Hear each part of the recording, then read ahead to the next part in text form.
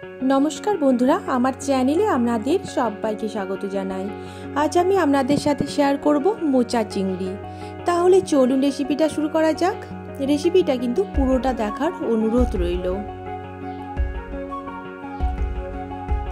एखाने आमी एकटा मोचा दिए आजके रेसिपिटा बानाबो। एकटा मोचा आमी खूब भालोभाबे बेছে निয়েছিলাম, দিয়ে ছোট ছোট করে কেটে নিয়েছি।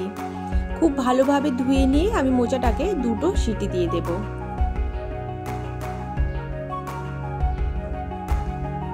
এবার আমি একটা প্যানে নিয়েছি সরষের তেল। তেল খুব ভালোভাবে গরম হয়ে গেছে। এবার আমি চিংড়ি মাছগুলো ভেজে নেব। চিংড়ি মাছগুলো আমি আগে থেকেই লবণ হলুদ দিয়ে মেখে রেখেছিলাম। চিংড়ি মাছ ভাজা হয়ে গেছে। এবার আমি ওই তেলেই দিচ্ছি গোটা জিরে, একটা তেজপাতা। এখানে আমি একটা মিডিয়াম সাইজের আলু ছোট ছোট করে কেটে রেখেছিলাম, সেটাই দিচ্ছি।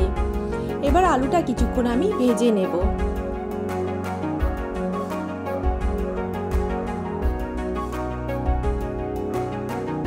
আলু কিছুক্ষণ ভেজে নেওয়ার পর এবার আমি দেব স্বাদ মতো লবণ, হলুদ গুঁড়ো, হাফ টিস্পুন কাশ্মীরি লঙ্কা গুঁড়ো,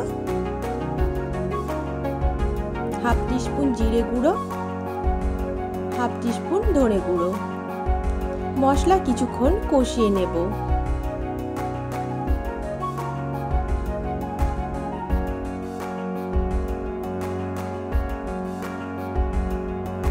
এখানে আমি 6 থেকে 7 মিনিটের মতো মশলা ভালোভাবে কষিয়ে নিয়েছি। এবার আমি দিচ্ছি এখানে নারকেল কোড়ানো। এবার আমি নারকেলটা দেওয়ার পর আমি আবার কিছুক্ষণ কষিয়ে নেব। এবার আমি দিয়ে দিচ্ছি সিদ্ধ করা মোচা।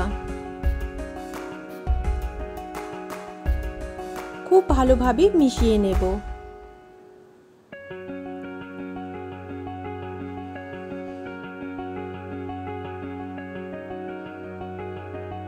এবার আমি 2 মিনিটের জন্য ঢাকা দিয়ে রাখবো।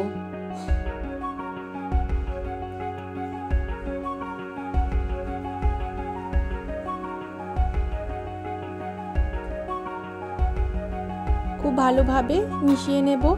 আমি কিন্তু এখানে আলাদাভাবে কোনো জল দিচ্ছি না, এইভাবেই কিন্তু আমি ঢাকা দিয়ে রান্না করে নেব। এবার আমি দিচ্ছি 2টো কাঁচা লঙ্কা।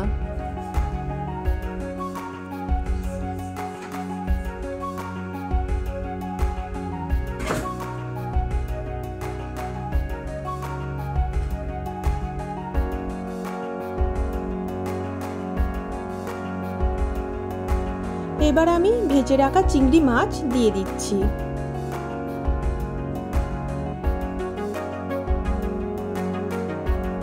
চিংড়ি মাছ দেওয়ার পর আমি আবার কিছুক্ষণ কষিয়ে নেব।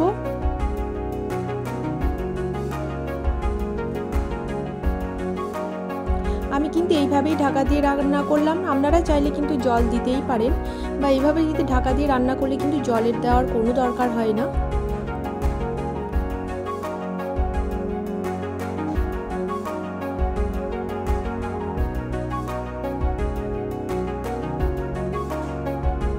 আলু খুব ভালোভাবে সিদ্ধ হয়ে গেছে।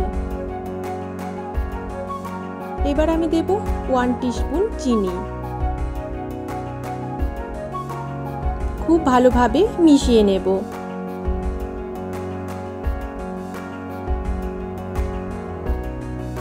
এবার আমি দিচ্ছি হাফ টিস্পুন ঘি।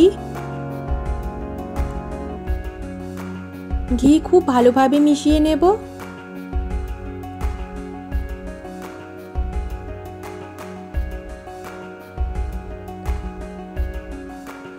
এবার আমি দেব কিছুটা গরম মশলা।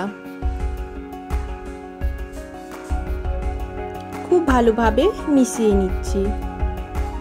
মোচা চিংড়ি কিন্তু একদমই রেডি হয়ে গেছে। রেসিপিটা কেমন লাগলো অবশ্যই কমেন্টে জানাবেন।